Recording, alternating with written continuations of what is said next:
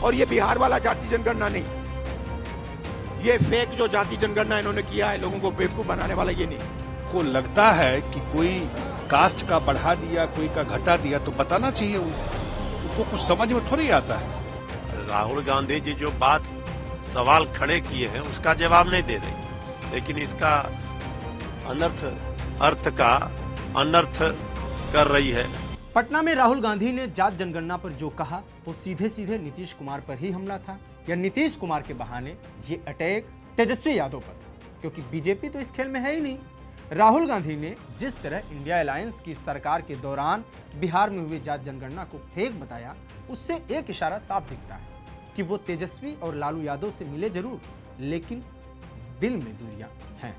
एक तरफ से तेजस्वी यादव यह कहते नहीं थकते कि जब वो नीतीश कुमार के साथ सरकार में थे तो उनकी ही पार्टी के प्रयासों से जात जनगणना हुआ, और दूसरी तरफ कांग्रेस नेता के द्वारा उसे फेक बताया जा रहा है।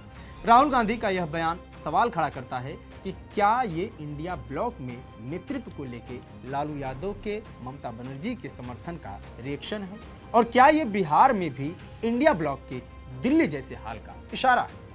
कांग्रेस नेता राहुल गांधी लोकसभा चुनाव के बाद शनिवार को पहली बार बिहार पहुंचे थे। पटना में राहुल गांधी के दो कार्यक्रम थे। एक तरफ उन्होंने संविधान सुरक्षा सम्मेलन को संबोधित किया, तो दूसरी तरफ कांग्रेस मुख्यालय में पार्टी नेताओं का उत्साह बढ़ा। राहुल गांधी ने पटना में कहा कि बिहार की जाति जनगणना फेक है और लोगों को बेवकूफ बनाने वाला है। पहला कदम हमें यह पता लगाना है कि सच्ची स्थिति क्या है, सच्ची सिचुएशन क्या है जाति जनगणना, और हम छोड़ने वाले नहीं है। और ये बिहार वाला जाति जनगणना नहीं, ये फेक जो जाति जनगणना इन्होंने किया है लोगों को बेवकूफ बनाने वाला, ये नहीं। और जाति जनगणना के बाद आप क्या एक्शन लेंगे वो सबसे जरूरी है। राहुल गांधी 2023 के विधानसभा चुनाव के समय से ही देश में जाति जनगणना कराने का जोर दे रहे हैं। वो इसे एक्सरे भी कहते हैं। 2024 के आम चुनाव में राहुल गांधी और तेजस्वी यादव दोनों ही जात जनगणना पर जोर देते दिखे। तेजस्वी यादव का कहना था कि हमने विकास के साथ साथ जात आधारित गणना कराई और आरक्षण की सीमा भी बढ़ाई, जो कहा वो किया। राहुल गांधी भी ये बताते दिखे कि कांग्रेस और आरजेडी ने नीतीश कुमार पर दबाव डालकर जात जनगणना करवाया। सवाल यह है कि राहुल अब जात जनगणना को फेक बताकर नए सिरे से क्या समझाने की कोशिश कर रहे हैं। क्या वो नीतीश कुमार के साथ ही तेजस्वी यादव को भी जात जनगणना का श्रेय लेने से रोकना चाहते हैं, या लालू यादव को सबक सिखाने के लिए राहुल गांधी ने ये कदम उठाया?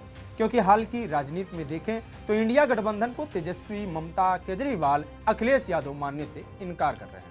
यह तक कहा गया कि गठबंधन लोकसभा चुनाव तक ही था। राहुल गांधी के इस बयान पर आरजेडी भी चुप है और इग्नोर करने की कोशिश कर रही है। आरजेडी प्रवक्ता को पहले सुन लेते हैं, उसके बाद पूरा मामला समझेंगे। एफआईआर तो होना चाहिए था आदरणीय मोहन भागवत जी पर। उन्होंने क्या कहा कि देश आजाद हुआ कब? 24 में। कोई कह रहा है देश को आजादी मिली भारत को 14 में।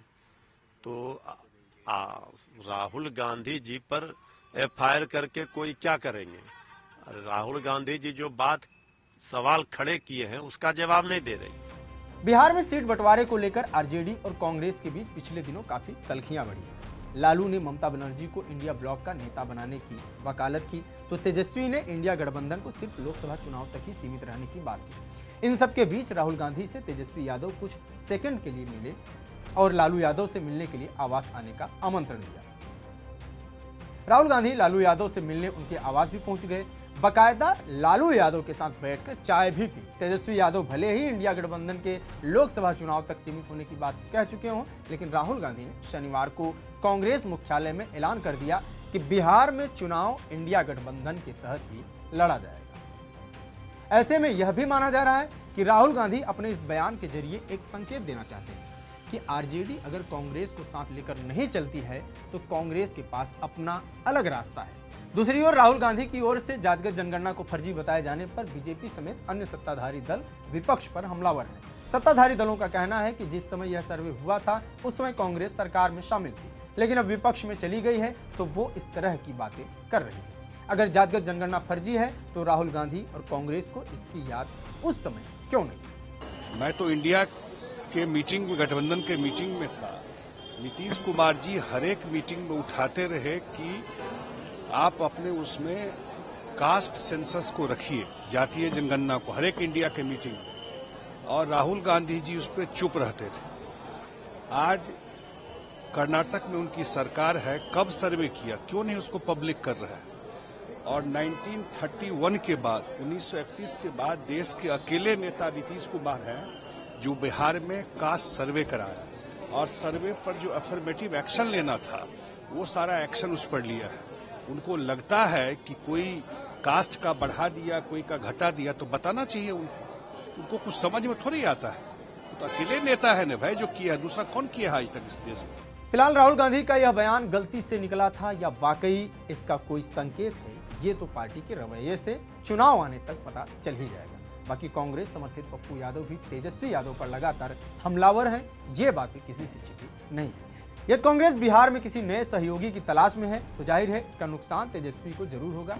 क्या होता है इस पर पूरे प्रदेश की निगाहें हैं। इस विषय पर आपकी क्या राय, कमेंट बॉक्स में जरूर बताएं। बिहार जुड़ी सभी खबरों के लिए बने रहिए TV9 बिहार झारखंड के साथ। नमस्कार।